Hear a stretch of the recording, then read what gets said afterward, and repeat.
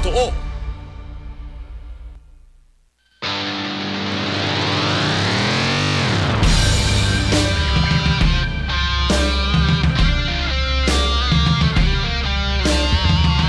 Sino lalapitan sa problema mong legal?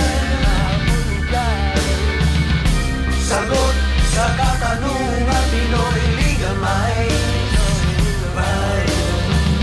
Sinong kaagapay, harapin ang katarungan.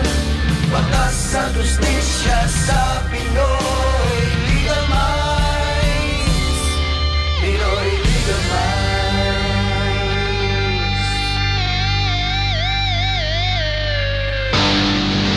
Isang maulan na umaga, Luzon, Visayas, Mindanao. Araw pa naman ng Sabado, mga kapartner, July 29, 2023. Live tayo sa ating palatuntunang Pinoy Legal Minds na ituturo po ang inyong mga karapatan. Ating mga karapatan batay sa batas. Live tayo sa ating mga telebisyon via SMN News, sa ating po mga radyo, sa 17 Sunshine Radio Station sa buong Pilipinas at sa lahat po ng ating social media stream. Magandang araw sa ating kagalang-galang butihing Pastor Apollo C. Kibuloy. Kasama natin ngayon ang ating partner sa public service, si Kuya Mark Tolentino. Kuya Mark, maayong buntag, sir. Ay, may buntag MJ, and sa lahat po ng mga followers sa SMNI, lalo na sa ating pinakamamahal na pastor, si Pastor Apollo C. Kibuloy.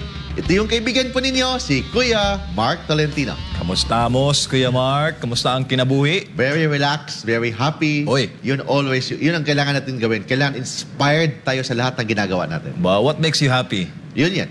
Inspired. Ang galing nag-dance, ha? Oo, yun lang. Inspired. Ganun pala yun, ha? Mga kababayan, para po sa inyong mga tanong, huwag po kayong matakot dahil ang programang ito ay para po sa inyo. Naka-flash po sa ating screen ang ating pong call line at text line at ang ating pong Zoom link ay nakapin sa ating pong social media stream. Para isang click nyo lamang dyan, mga kababayan, rekta kayo makapagtatanong ng live sa ating partner na si Kuya Mark Tolentino. Kuya Mark, maraming issue ngayon, ano? At ang panahon talagang malamig. Malamig. So, panahon sa pag-ibig. Uy. Panahon sa yakapan. Uy. But actually, ang maganda yan kasi we are talking here of parental authority. Ang symbol kasi ng parental authority is yakapan. Yakapin mo ang anak mo, alagaan mo ang anak mo, protektahan mo ang anak mo. Yun ang ibig sabihin na yakapan. Ibig sabihin, yakapin mo ang anak mo because that is, as a parent, that is your natural and an inherent right and obligation. Right din yan, inherent right yan, natural right din yan ng bata. Bata, yung minor child, na bigyan ng pag-ibig, bigyan ng pagmamahal, bigyan ng proteksyon ng mga magulang. Yun yan. But iba yung topic natin last week. Kasi we are talking last week is about parental authority. Ngayon, parental authority din. But ibang klaseng parental authority. Special parental authority.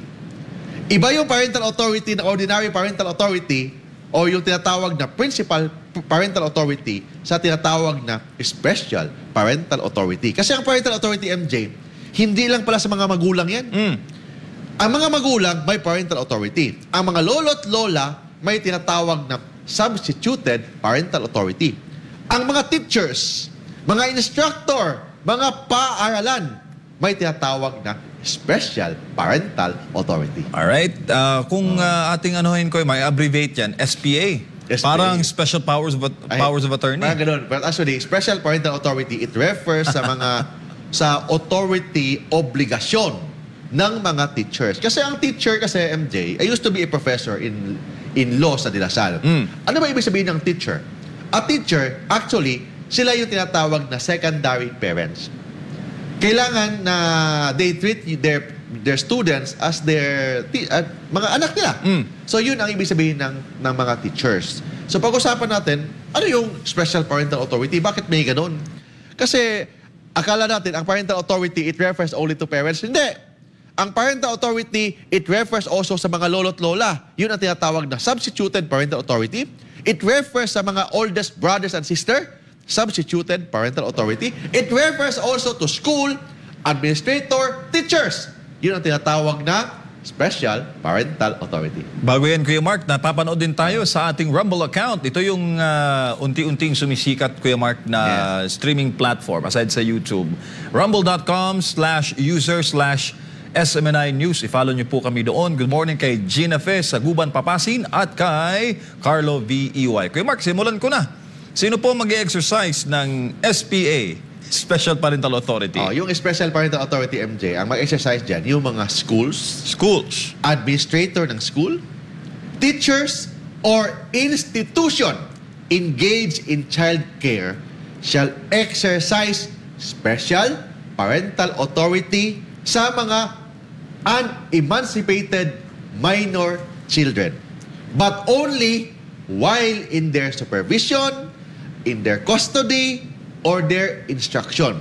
Kasama doon ang lahat ng authorized activities ng schools, whether within school premises or even outside school premises. Yung outside school premises, MJ, ito yung tinatawag na mga field trips, mga educational tours sa mga eskwelahan. May obligasyon din ang mga teachers, ang administrator. That's why may nagtatanong sa akin, valid ba yung perma ng mga parents? Di ba bago ang mga anak nila, may waiver. Or mga students na pupunta sa field trip, may waiver. Pinabasa sa akin last time. Ano nakalagay doon? Walang obligasyon ang schools kung may mangyari sa anak ko. May nakaganon, then pirmahan ng parents. Yung waiver na yan, sabi ng batas has no force and effect in law. Bakit walang force and effect in law? Because sabi ng batas, any stipulation that is contrary to law, morals, good custom, public order, or public policy is null and void. This case, null and void yan kasi may obligasyon ng schools not to protect their students in all activities, not only within the school premises, even outside school premises, as long as yung activity na yan authorized by the school. Ibig sabihin, the teachers, the schools, the administrator of the school, or the institution still should exercise special parental authority. So bawal yun, Kuya Mark, yung mga waiver na ganon. Hindi ini-honor ng batas yun. Hindi ini-honor ng batas yan. Kahit may perma kang ganon, kung pagdemandahan kayo sa eskwelahan, yung waiver na yan cannot be admitted as evidence, or even admitted as evidence has no force and effect in law. Bakit has no force and effect in law? Because it is contrary to public policy. Because our public policy is the obligation of the school is to protect, to exercise special parental authority sa lahat ng kanilang estudyanteng minor, yung tinatawag na unemancipated minor children and students, while within the school premises. We say school premises, kahit na tapos na ang school. For example, ang school normally 8 o'clock to 3, di ba? Minsan may mga estudyante pa doon sa loob.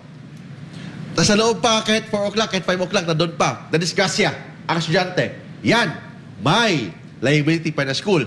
Within school premises, even beyond the school hour or beyond the school time, or outside school premises, but pag outside school premises, kailangan authorized activities by the school. Alright, good morning kay Chai Suson sa Sarawak, Kuching, Sarawak, Malaysia, Kuya Mark. Maraming nanonood doon. Malaysia. Thank you sa mga kaibigan po natin, mga followers natin sa Malaysia and sa buong Southeast Asia. Lalo na sa Thailand, sa Vietnam, Hong Kong, sa Singapore, Taiwan, mga kaibigan po natin dyan, mga followers natin dyan. Marami tayong followers sa Hong Kong. I read all yung mga messages natin sa mga Facebook pages natin, mostly from Hong Kong. In fact, marami tayong followers sa Thailand and Cambodia. At si Adol Urban, magandang umaga. At si Shah Romanov, good morning sa lahat po ng mga nanonood. At sa Japan, huwag mong kalimutan ng Japan, Kuya Mark. Yes, mga Japanese natin mga kaibigan. Thank you. Arigato.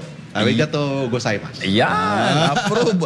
Ano ba ang nature ng liability ng isang tao na may SPA o Special Parental Authority sa mga minor de edad na nakasira ng mga bagay ng kapitbahay, Kuya Mark? Yun ang sinasabi ko. Bakit kailangan natin malaman yung tinatawag na Special Parental Authority and yung tinatawag na Primary Parental Authority? Bakit kailangan natin malaman yan, MJ? Kasi we are talking here of torts and damages. Torts and damages in civil law. Ano yung torts and damages? Yung mga damages per wisyo. For example, may nangyaring pananaksak. Estudyante, nasaksak niya ang kaklase niya. May liability ba ang schools sa mga pagsaksak ng estudyante sa kaklase niya? Minor pa ang bata, We are talking here of a 16-year-old child or 17-year-old or even 14-year-old na saksak niya. Intentional ba yan or aksidente? Di ba may tinatawag tayong criminal liability? Walang criminal liability ang bata sa general rule because of the Juvenile Justice System or the Juvenile Justice Act. But ang tanong, may liability ba ang school? Sabi ng batas if the school exercises special parental authority, yung school has primary and solidarily liable of the injury or damages caused by the acts or omission of the unemancipated minor. Ang school may solidarily and principally be liable. Nako po. Ang parents may liability din. But ang parents only has subsidiary liability. Anong ibig sabihin ng primary liability sa subsidiary liability? Ang subsidiary liability, maging liable lang sila kung maging bankrupt or hindi makabayad ang party na principally liable. For example, may damage perwisyo, magbayad ka ng 100,000. Ang school, bankrupt ang school, walang pera. Yan, ang parent maging subsidiarily liable. Ibig sabihin, ang parent will not be liable if kaya naman magampanan ang obligasyon ng mga teachers or ng mga schools. Yun ang tinatawag na special parental authority. Pag nag-exercise ka ng special parental authority, pag may nangyari sa estudyante, may nangyari sa example, kapitbahay, o for example, nag-field trip sila, nag-field trip sila, may nasaksak siya doon na bystander, ang bata. May nasaksak kasi I don't know bakit nasaksak niya yun. Intentional ba yun or by accident? May liability ba ang school? Yes. Bakit may liability? As long as yung activity na yon is authorized by the school, pag authorized ng school yan, anong mangyari doon, damages or injury due to the acts or omission of the unemancipated minor, the school has is primary and solidarily be liable. Ang parent will only be subsidiarily be liable. Naalala ko lang, Kuya Mark, may isang school sa Quezon City. High school ito, High school, yes. May estudyante na naksak ng kapwa estudyante, patay sa loob ng campus. Yes. So, ang lahat ng pananagutan nun, pagpapalibing at kung magdidiman yung pamilya ng biktima, ang eskwelahan. Ang eskwelahan ang maging liable. Hindi niya pwedeng sabihin sa eskwelahan na tapos na ang yung school hour. Kasi ang school hour, 8 o'clock to 3 o'clock lang, for example. Tapos nasaksak 4 o'clock. Hindi. Why? Because nangyari ang krimen or yung acts or omission or yung injury na nangyari while in the school premises. But outside school premises, kailangan nangyari ang isang acts or omission during authorized hour, authorized time, or authorized venue. Pag ganun ang nangyari, yan, may liability ang school. Pag hindi naman authorized, ang school, walang liability. Si Angel Macabenta nanonood din sa Dasma Cavite, Marilyn Ignacio Neri, at si Ronald Arminion at Edgar Rivera. Kuya Mark, doon tayo sa mga kumbaga, may pananagutan. May depensa ba yan, Kuya Mark? Especially yung school administration or magulang sa liability na yan. At ano epekto po ng depensa? So, yung in layman's term, ano depensa? Or in layman's term, ano yung palusot? Di ba? Yan. O, para maintindihan ng taong bayan. Depensa or ano yung tinatawag na palusot ng mga schools para hindi sila maging liable. Kailangan i-prove nila that they exercise the diligence of a good father of the family. Ano ba yung tinatawag na diligence of a good father of the family? Ang ibig sabihin doon, they exercise ng diligence na ni-expect ng isang tatay ng pamilya. Ibig sabihin, one of the highest standard of diligence. Yung tinatawag na diligence of a good father of the family, that's one of the highest standard of diligence. Kailangan mapapatunayan yan nila sa korte that they exercise the diligence of the good father of the family para hindi sila maging liable of the damages or injury while the child is under their special parental authority. Ang diligence of the good father of the family, ni-expect ng isang tatay ng pamilya. Kailangan i-prove nila yan. Kung hindi nila mapapatunayan yan, pabaya din yung sila, pabaya din yung teacher, ayan, maging liable sila primarily be liable sa mga damages or injury while the child is under their special parental authority. May tanong si Jordan sa ating text line. May isang grade school student po, Kuya Mark, na aksidenteng nasaksak ng lapis ang mata pa ng kanyang classmate habang siya ay nasa loob ng classroom. May pananagutan po ba ang advisor o si teacher yung ng estudyante? Magandang umaga po at maraming salamat sa sagot, Kuya Mark. So in this case, classroom, ibig sabihin, school premises. Di ba? Tapos, pag nasa school premises, sabi ng batas pag nasa school premises, ibig sabihin, still under the special parental authority ng school, special parental authority ng teacher. So, ibig sabihin, yung teacher na yan at saka yung school, they exercise special parental authority kasi ang bata nasaksak within the school premises. Kasi within the school premises, they exercise special parental authority.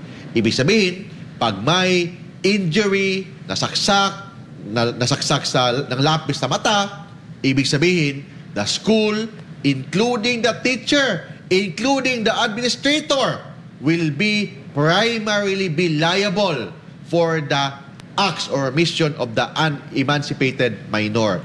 Ibig sabihin, ang school, ang administrator, ang teacher, they are civilly primarily be liable. Naku po. Hindi ang parents. Ang parents yung nagsaksak, ang parents will only be subsidiarily be liable.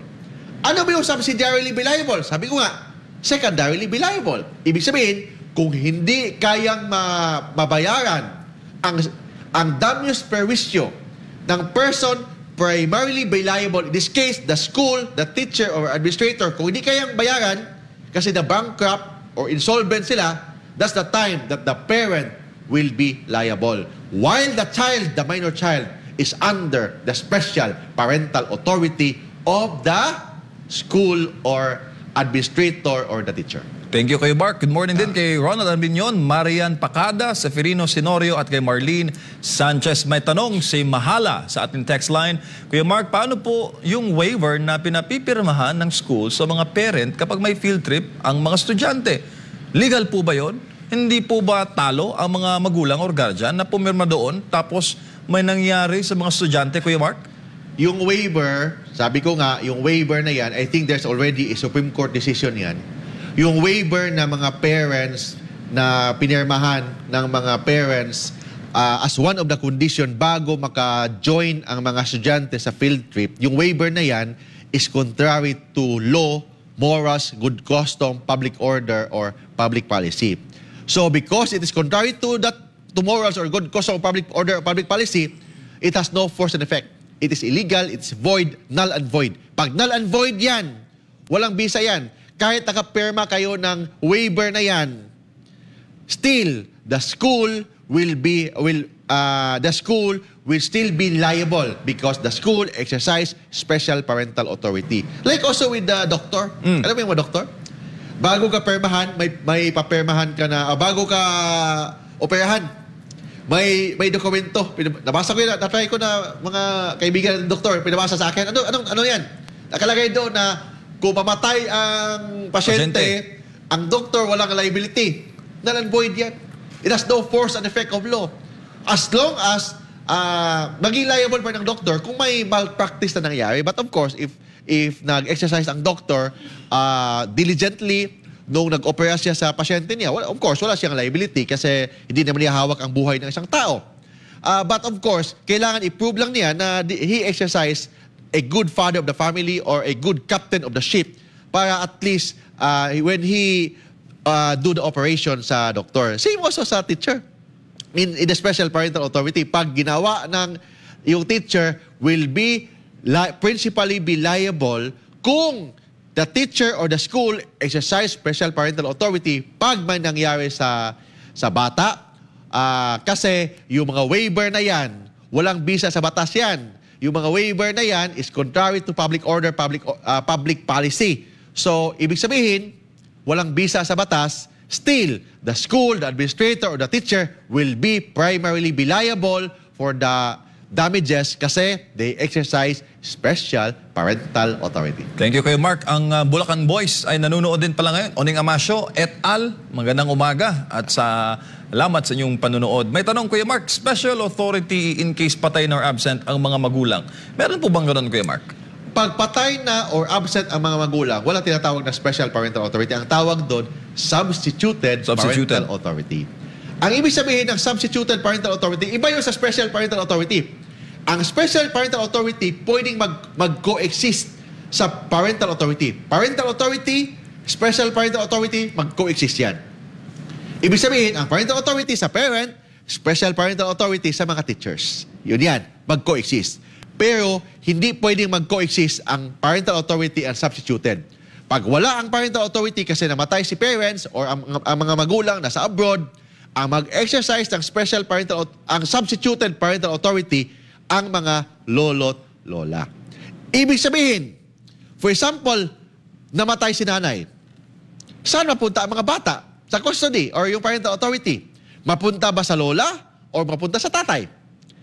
Of course, mapunta sa tatay. Because ang tatay may primary parental authority. Ang lolo't lola, mayroon na silang substituted parental authority. Ang substituted parental authority, ibig sabihin, wala si nanay, wala si tatay, so si lolo at lola may tinatawag na substituted parental authority. Pag wala naman sila, yung oldest brother or sister na at least 21 years old, as long as fit, and or kung wala din sila, yung actual custodian, at least 21 years of age.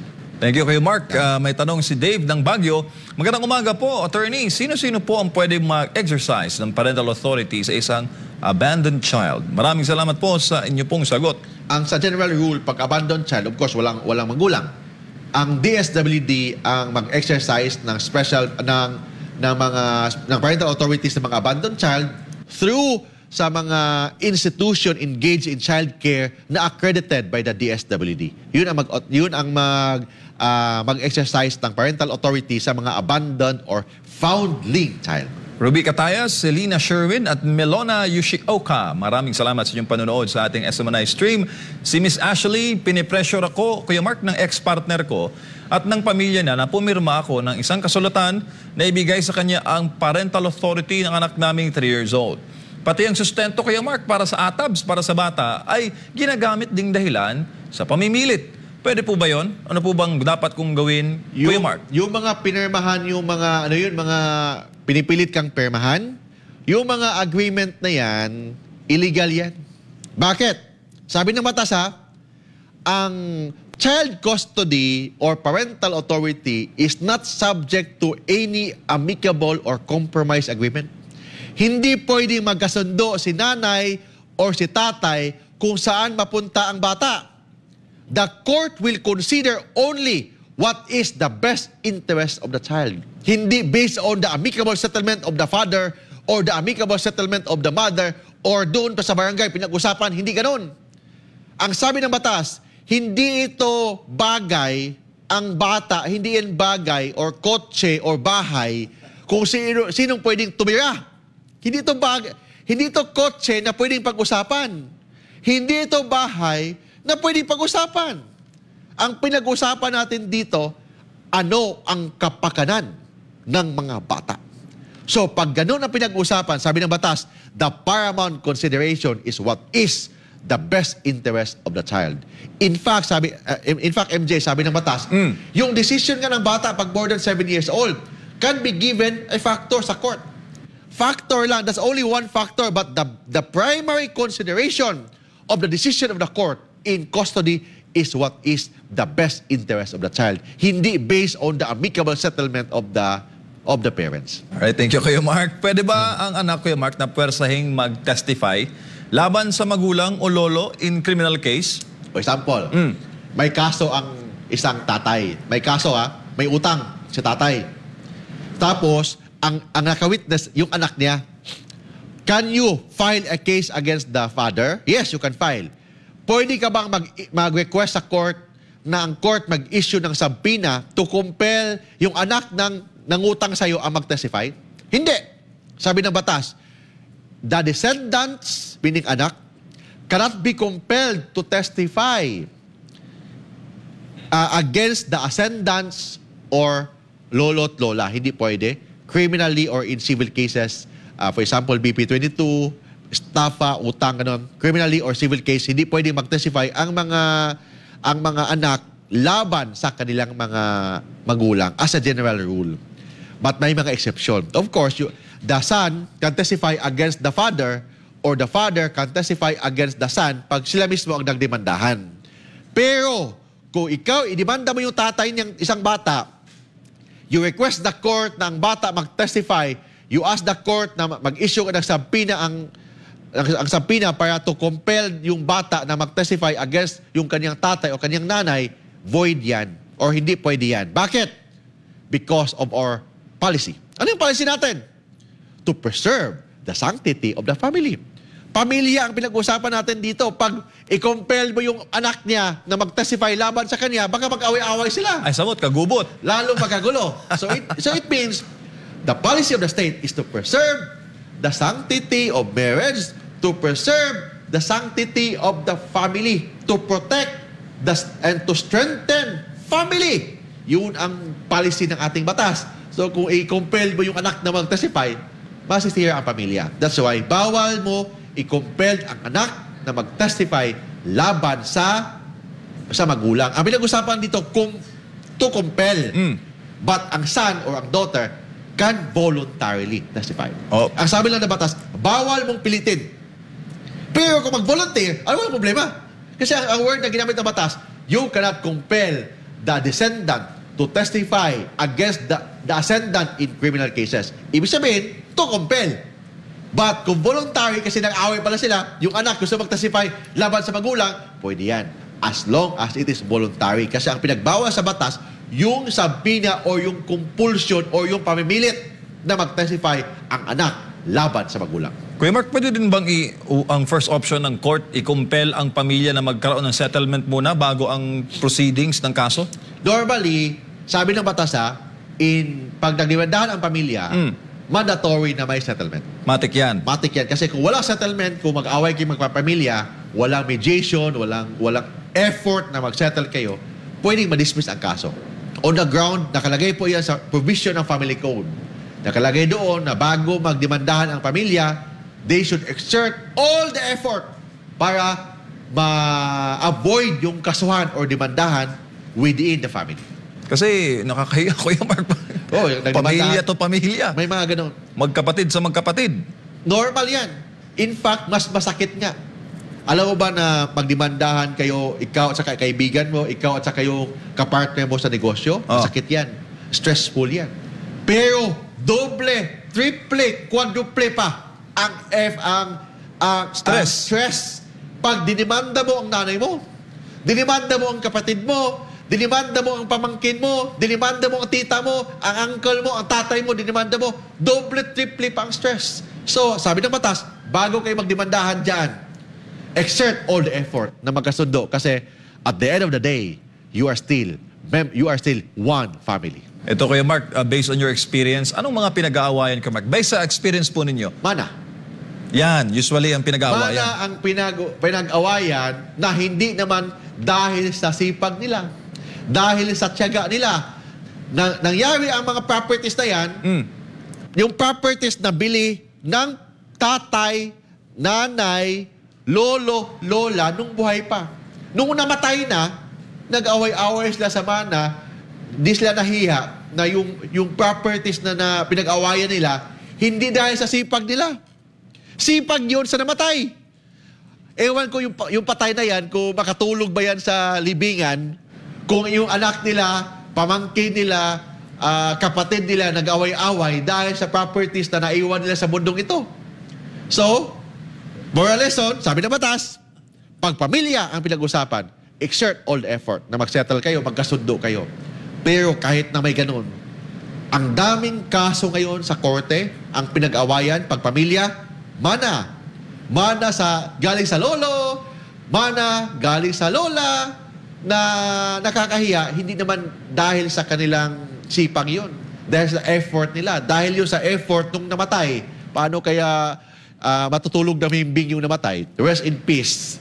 Kung mismo ang mga anak nila, kapatid nila, nag-away-away dahil sa properties nila. Kung ako yung namatay, mabuti pa, binenta niya bago siya namatay at i-donate niya sa mga charities. wala pang problema yan. Ngayon, nag-away yung pamilya niya because sa mga bagay na naiwan niya. Nako, nagkaroon Kuya Mark ng rumble. Masamang rumble po iyon. Sa rumble yan, sakit yan.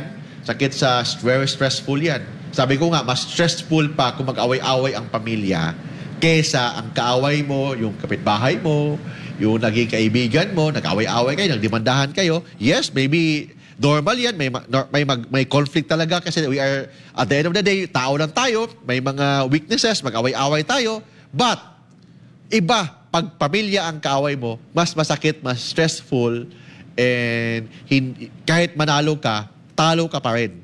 Kasi, yung yung natalo mo, nanay mo, yung natalo mo, kapatid mo, pinsan mo, pamangkin mo. So at the end of the day, talo ka pa rin kung pamilya ang kalaban mo. Huwag kayo dyan sa Rumble na yan. Dito kayo sa Rumble, mga kababayan ng SMNA News. Rumble.com/user/SMNA News. I-follow nyo po yan sa ating pong Rumble stream. Ating oras, ganap ng 7:00 ng umaga. Standby. Magbabalik ang Pinoy Legal Minds.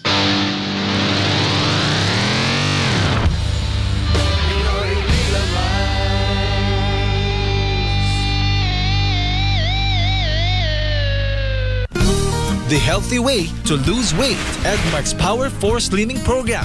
Step 1. Detoxify with Edmark Shake Off in pandan and lemon flavor. Fast, effective colon cleansing. See result after 6 hours. Step 2. Burn fat and nourish with Edmark's Meal Replacement Therapy. Organic formulation with low calorie, balanced nutrition, aids in losing weight and burns fat. Step 3. Balance and cleanse with Edmark's Splina Liquid Chlorophyll. Purifies the blood and balances pH. Step 4. Rejuvenate with Edmark's Ginseng Coffee. Energy booster, lowers blood pressure and memory enhancer. And Red Yeast Coffee. Cholesterol buster. Anti-aging and prevents heart disease. Edmark Pasay franchise, located at Empire Center, ground floor, EDSA Extension, Pasay City. For inquiries, contact Miss Bing at 0995-480-1026. Stay with Edmark. Feel good now.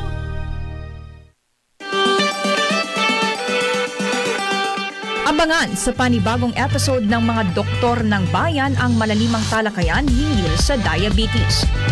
Alamin kung paano ito iwasan at agapan kasama si Dr. Julie Martrubite, Valdi Vinagracia at ang Doktor ng Bayan DOH Secretary Ted Herbosa.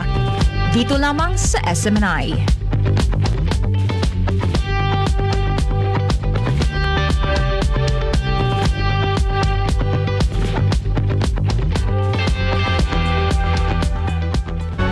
Welcome to SMNI. You're watching Business and Politics. I'm Dante Klinkang. Today's world can be described by the acronym VUCA, which stands for volatile, uncertain, complex, and ambiguous. And yet, being immobilized by fear is not an option. How will captains of industry navigate the course ahead? And what policy assistance will they get from the leaders in government? Watch SMNI as it tackles these and other important questions of the day.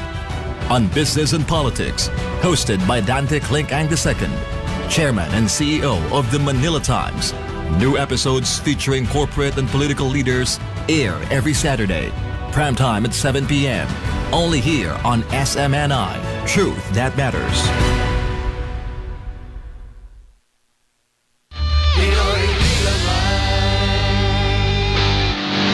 Babalik po ang Pinoy Legal Minds live sa SMNI. Kasama si Kuya Mark Tolentino. Kuya Mark, may talo yung caller sa line 1. Si Sarah Mendoza po ng Antipolo City. Meron siyang concern kaugnay sa kanyang live-in partner. Sarah, magandang umaga. Nasa linya si Kuya Mark Tolentino. Hello. Hi, Sarah. Yes po. Good morning po. Yes, how can I help you? Attorney, tatanong ko lang po. Kasi po yung live-in partner ko po, patakas po niyang tinakas yung panganay kong anak na 15 years old. Una po, nakuha ko na po yung bunso namin, yung 8 years old po. So, alam niya po na isusunod po namin na kukunin yung panganay ko po. So, ang tanong mo, anong gagawin natin? Opo. Okay, ito ha, makinig ka. Gagawin ko, attorney? Simple lang. First na gagawin mo, actually, dapat ka mag-file ng ng Permanent Protection Order under Republic Act 9262. Kasi yung ginagawa niya, yung kinukuha yung mga bata na pag ang bata is an illegitimate child because hindi naman kayo kasal, the parental authority is with the mother as a rule. So therefore, hindi niya pwedeng kukunin yan. Kung kinukuha niyan, so pwedeng kidnapping nga yan eh. Kahit na tatay siya, he can be liable for kidnapping kasi kinuha niya yung tatay o yung anak niya na hindi naman sa kanya ang parental authority. Ang parental authority nandyan sa nanay. So maganda, you can file criminal case, kidnapping.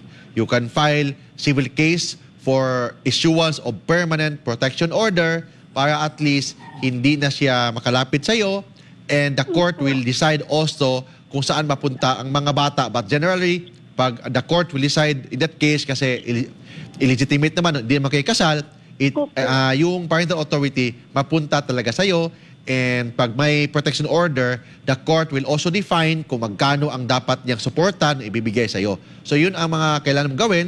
So first, file criminal case, punta ka sa PAO. PAO will help you file a case doon sa piskalya, criminal kidnapping. You can also go to PAO or other private lawyer, mag-apply ka ng permanent protection order. Attorney, kahit po, actually po kasi nag-file na po ako ng bawsi sa kanya po dahil sinaktan niya po ako. So, iba pa yung kaso na pag sinaktan ka niya, pwedeng bawsi yan, but iba tong kasong kidnapping, iba din itong kaso yung tinatawag na permanent protection order para bawal na siyang makalapit sa'yo. Opo.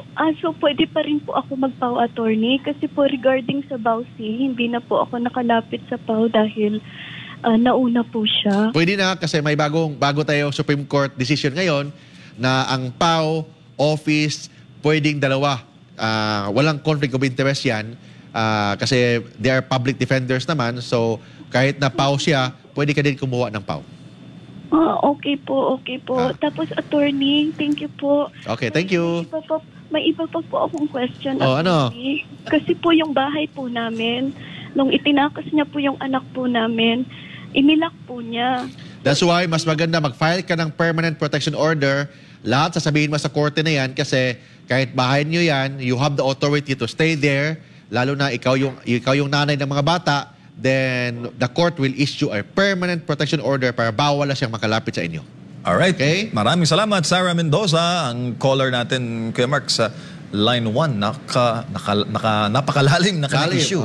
Then, okay, lalim din. Yun talaga. Mga sawi sa pag-ibig, biktima yun sa pag-ibig. Nasobrahan natin sa pag-ibig yan, nabulag. Kasi minsan pag sobra kang umibig, mabubulag ka eh. Yun yan. Dami akong mga kliyente nabulag sa pag-ibig. Pero at the end of the day, nakagising. Gano'n. Nangyari, gumising kasi nasakta na, nasampal na, kinidnap pa yung bata, gumising siya. Yun nangyari. So, yun ang mga possible option na gagawin mo. Balik tayo sa ating topic, Kuya Mark, Special Parental Authority. Sino po ba mag-exercise ng parental authority sa mga property ng mga minor de edad? For example, mga minors. Pero magaling, matalino. Showbiz. Uy. Actor. Singer pa, actor pa, kumita. Sana all talent. Kumita. Ang edad niya, mga 6 years old pa lang, 7 years old, 8 years old, but he's earning 5 to 10 to 20 million a year. So, nakabili ng mga bahay, nakabili ng condominium, nakabili ng sasakyan. So, sino ba ang may authority over the properties ng minor? Kasi ang minor, ang sabi ng batas the father and the mother jointly exercise parental authority over the properties of the minor unemancipated child without the necessity of a court appointment. So, ibig sabihin, the father and the mother, nag-exercise sila ng parental authority ng properties ng kanilang mga anak, hindi kailangan ng appointment ng court. Paano kung nag-away si nanay at si tatay? So, kaninong decision ang mag-prevail? Sabi ng batas, in case of conflict, the decision of the father shall prevail over the decision of the mother.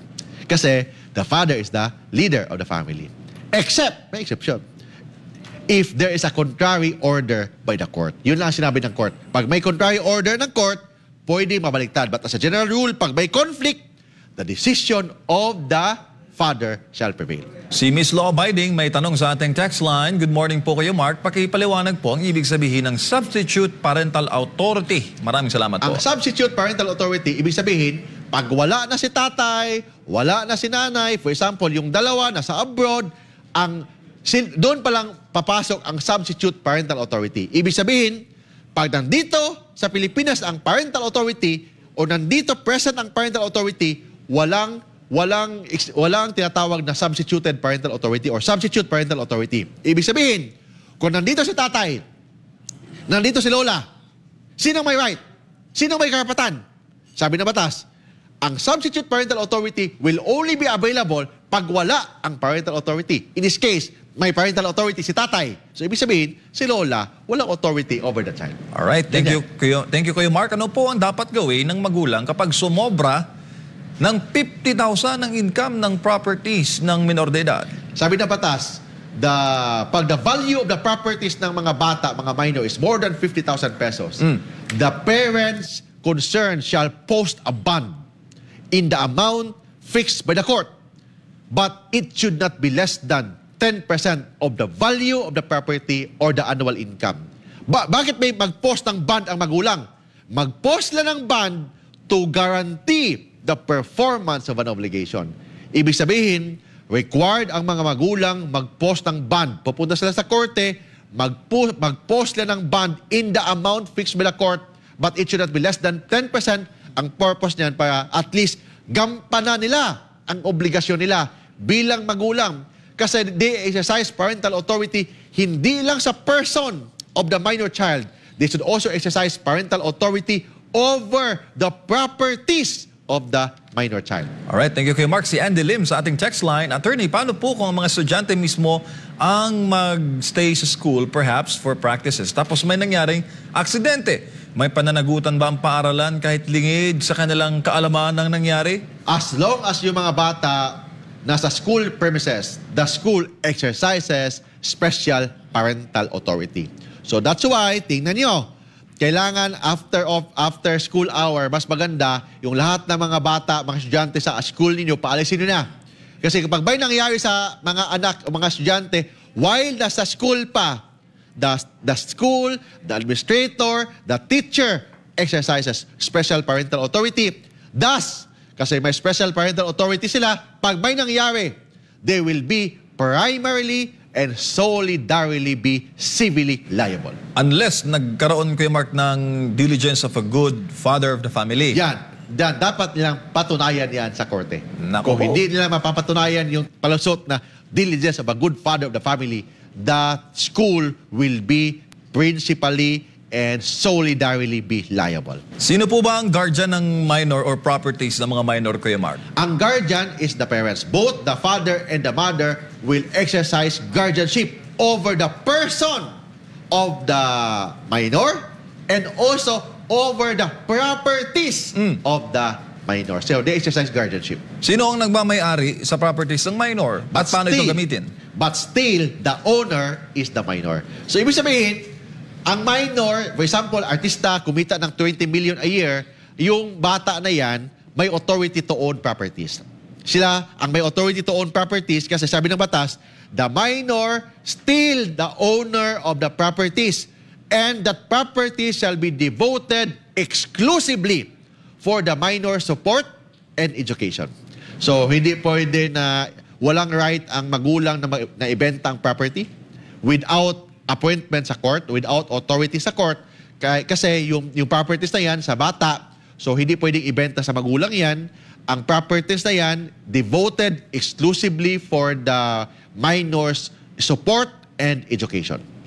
At nanonood para malami Kuya Mark sa Dubai, UAE. Yes, hello mga kaibigan natin sa Dubai, sa Saudi, dami rin followers sa Dubai, sa UAE, dyan sa in fact sa Jerusalem.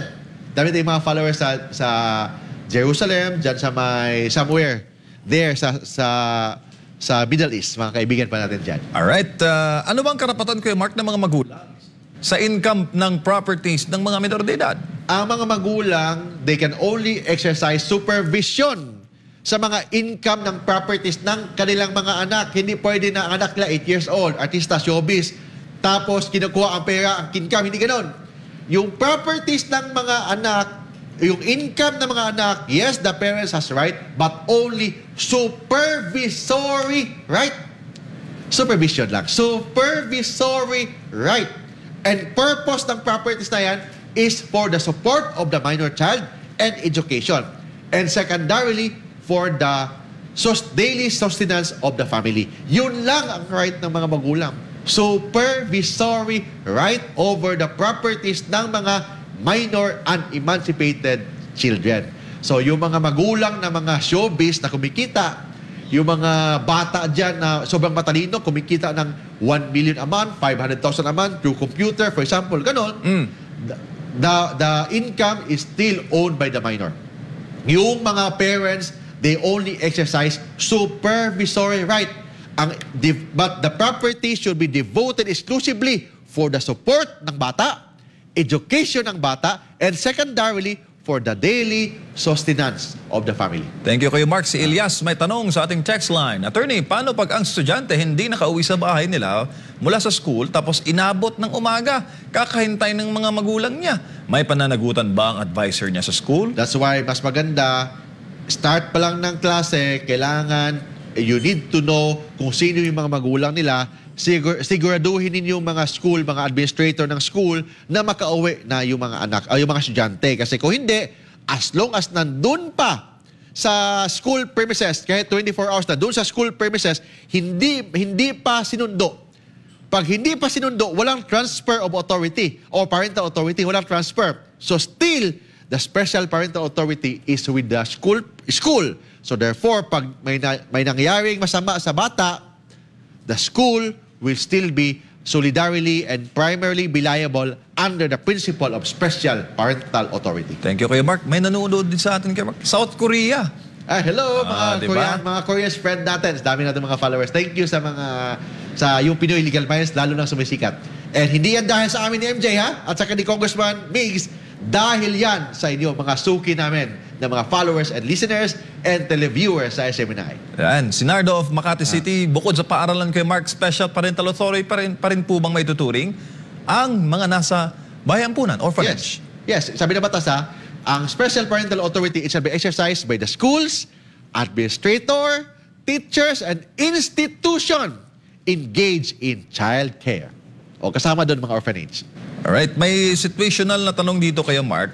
Si X ay anak ni ANB. Naka-enroll si X sa UP High School. Pagkatapos ng klase, nung pag-uwi nila Kuya Mark, nakakita ng away at sinuntok niya si Y. Liable po ba ang mga magulang ni X sa mga pasa ni Y? In this case, ang bata, minor, wala na sa school. Lumabas na sa school, pauwi sa bahay. Habang naglalakad, pauwi sa bahay, nakakita siya ng kaaway, nasaksak niya yun, nasuntok niya yung isang bata din. Ang tanong, may liability ba ang magulang? Sabi ng batas, ang parents will be primarily, solidarily, and civilly be liable for the damages or injury caused by the acts or omission of the minor child while in their custody, while in their company. Ibig sabihin, pag lumabas na ang bata sa school premises, labas sa school, nakasuntok, nakasaksak, or nakadisgrasya, ang parents na ang liable, hindi na school. Kasi nakalabas na sa school premises, paglabas sa school premises, except kung authorized pag nakalabas na sa school premises, walang authority sa school kasi pauwi na, nakadisgrasya, nakasaksak, ang parents will be liable as long as, but hindi lahat ang parents. Kailangan, yung bata na yan is under the parental authority ng parent and living in their company. Ibig sabihin, doon nakatira sa kanila. For example, nagkahiwalay si nanay at si tatay. Ang bata nandoon ni nanay. Yung bata nakadisgrasya. Ang tatay liable ba? Hindi. Hindi maging liable. Kasi ang tatay, walang parental authority, is not living in their company. The one who will be civilly liable is the mother. Kasi ang mother exercise parental authority. Ang mother exercise parental authority and living within the company ng bata. Ano lang yun Kuya Mark ha? Hindi yung ibig sabihin na sa labas ng classroom. Dapat sa labas ng campus talaga. Labas ng campus, pag lumabas na ang bata sa labas ng campus kasi pauwi na, stop na ang Special Parental Authority. Doon papasok na ang Primary Parental Authority. Pag nakadisgrasya yung bata, parents ng mananagot, hindi ng schools. At saka may mga din Kuya Mark, may nagpapatanong din, paano daw yung mga guro na nai-inlove sa mga estudyante? Di ba bawal yun Kuya Mark? Yung mga in love sa mga estudyante, bawal yun. ang sabi, we are talking here of criminal. May tinatawag tayong sexual harassment. Ang sexual harassment, yun ang bawal. But ang pag-ibig per se, hindi bawal. Ha? Gawin natin ha? Sexual harassment is illegal, bawal. Ang tinatawag na pag-ibig, illegal, based on legal terms, hindi bawal. Maybe ethical, maybe there's ethical question. Pag ikaw, estudyante, o ikaw, teacher, na in love sa estudyante mo, ethical, may issue dyan. Ethics as a teacher, ethics sa schools. Maybe may liability ka based on ethics but not based on law. Because based on law, you can only be liable pag may sexual harassment na nangyari. So if you use your power, your moral authority na to have sexual advances with your students, yan, sexual harassment yan. Pero kung na-in-love ka lang, wala namang sexual advances, walang violation sa batas, but maybe may violation on the rules on ethics sa schools ninyo and rules on ethics being a teacher. Na sobrahan sa SPA? Nasobrahan sa pag-ibig. Special Parental Authority. Patay tayo dyan. Si Celso Montana, Kuya Mark, paano pag ang estudyante, nakidnap during school hours? Kasi di napansin ni teacher na nagka-cutting class. Ito naman, maraming nagka-cutting. May pananagutan po ba ang paaralan, Kuya Mark? Sabi ng batas ang schools will only be liable pag ang bata is within the school premises. Pag tumakas sa school premises, wala nang liability ang school dyan. Walang liability ang school dyan. So, the one who will be liable is the parents. Yun ang may liability kasi tumakas ang bata. So, outside sa school premises na. Pag outside sa school premises, kasi nag-cutting tapos may nasaksak doon sa labas, the parents will now be civilly liable for the acts or omission of their unemancipated minor, provided that yung bata na yan is living in their company and under their parental authority. Thank you, Kuya Mark. Si Junri may tanong, nabanggit nyo ang teacher, Kuya Mark, ay may special parental authority kapag nasa school ang bata. Does it mean na kapag pinarusahan ni teacher ang bata na may behavioral problem o mga makukulit, walang legal liability si teacher? Hindi makakasuhan si teacher ng child abuse?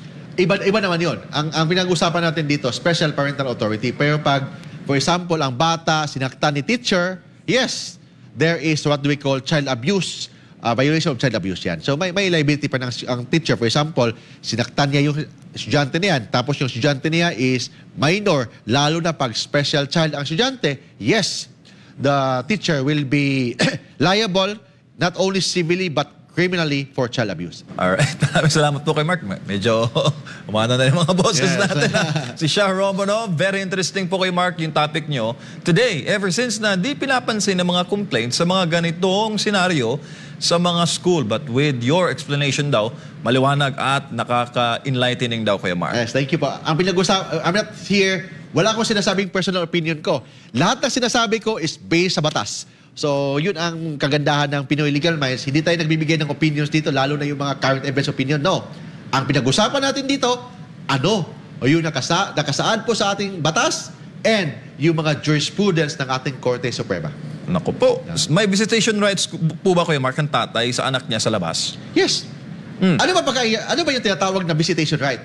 Ang visitation right is right to access. Ibig sabihin, right yan ng tatay na bisitahin ang kanyang bata, ang kanyang anak.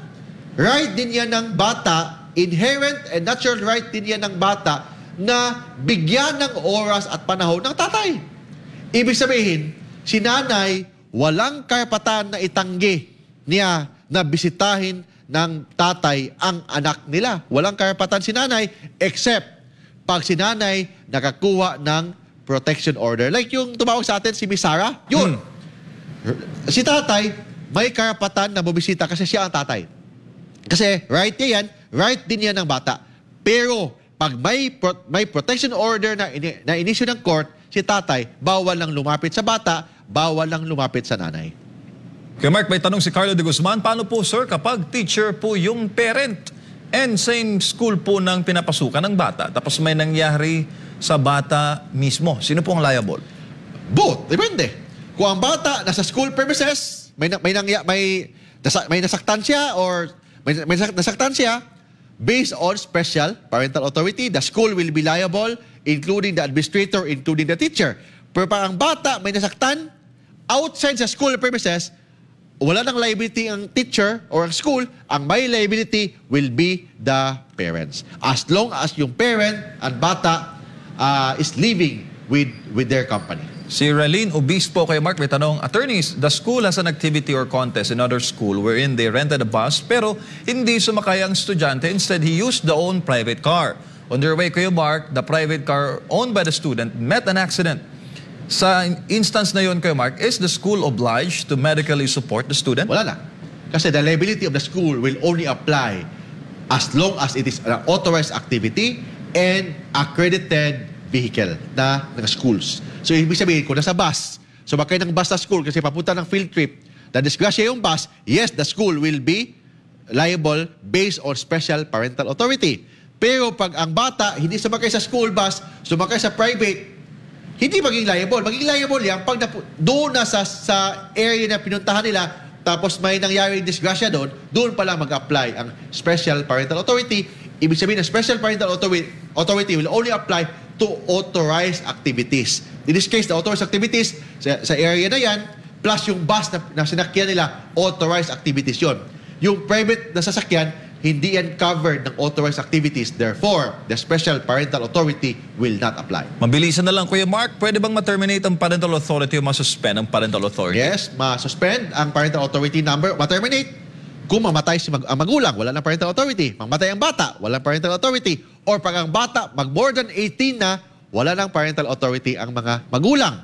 Or pwedeng masuspend ang parental authority pag, for example, cruel ka sa anak mo, you subjected your child to sexual harassment or acts of lasciviousness, or yung tinatawag, you compel your child to beg, or yung kanyang welfare of the child is compromised, pwedeng masuspend ang parental authority. Kuya Mark, huli na lang talaga, ano po ang may impart po ninyong moral lesson sa ating paksa ngayong umaga? Ang moral lesson natin ngayon, kung may inherent and natural right and obligation ang mga magulang na mahalin ang kanilang bata o kanilang mga anak, same also ang mga anak may inherent and natural right na mahalin ng kanilang mga magulang. Ang mga teachers exercising special parental authority may obligasyon din to be the second parents ng kanilang mga estudyante.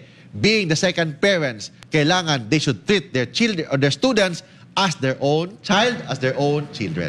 Kuya Mark, bukod sa ating palatuntunan, saan po nila kayo masusundan at mapapanood? For more legal advice, please follow me sa Facebook page natin sa facebook.com/Mark Tolentino Law, youtube.com/Mark Tolentino Law Blog. Hanapin lang po din ako sa TikTok sa Kuya Mark Tolentino and Rumble sa Pinoy Legal Minds. And you can also call me mobile, Viber, WhatsApp sa 0917-329-5353, 0968-881-1912. Ito yung kaibigan po ninyo, si Kuya Mark Tolentino. Sa susunod na episode, makakasama na natin ang partner natin sa public service din, si Congresswoman Attorney Migs Nograles, sa ating mas pinalakas na Pinoy Legal Minds. Maraming salamat sa ating kagalang-galang at butihing pastor, Pastor Apollo C. Kibuloy. Sir, sa pagkakataong binigay po ninyo sa programang ito para makapagbigay po ng serbisyo publiko batay po sa batas. Next week po ulit, same time, same station. Ito po ang Pinoy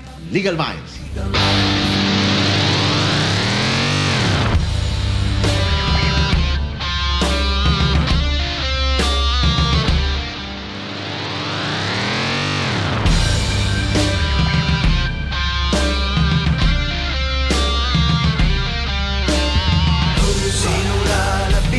Sa problema mo legal, sagot sa katanungan Pinoy Legal.